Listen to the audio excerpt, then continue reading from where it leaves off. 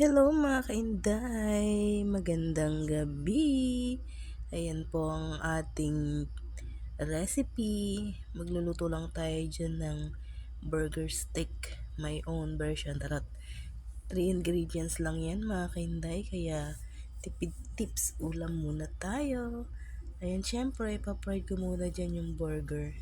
CDU burger yan mga kainday. At 6 pieces yan.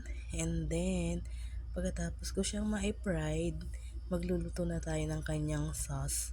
Gumamit ako dyan mga kaintay ng dairy cream at saka ng ah, breading mix. Ayan. Hinalo-halo lang natin yan. Minekos-mekos lang yan hanggang sa makombine natin yung ating ingredients, and then nilagyan ko siya ng water. Yung water niya mga kainday, pinakuluan ko na para hindi magmuumuo yung ating sauce. Yan, titikman na natin. Ay na mga kainday, ang ating dinner burger steak. It's so yummy.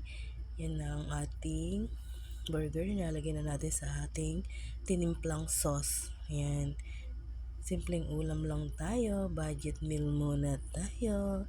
And guys, thank you for watching. Please follow, like, and share. Yan na po ang ating dinner, ang burger steak. It's so yummy. Bye-bye!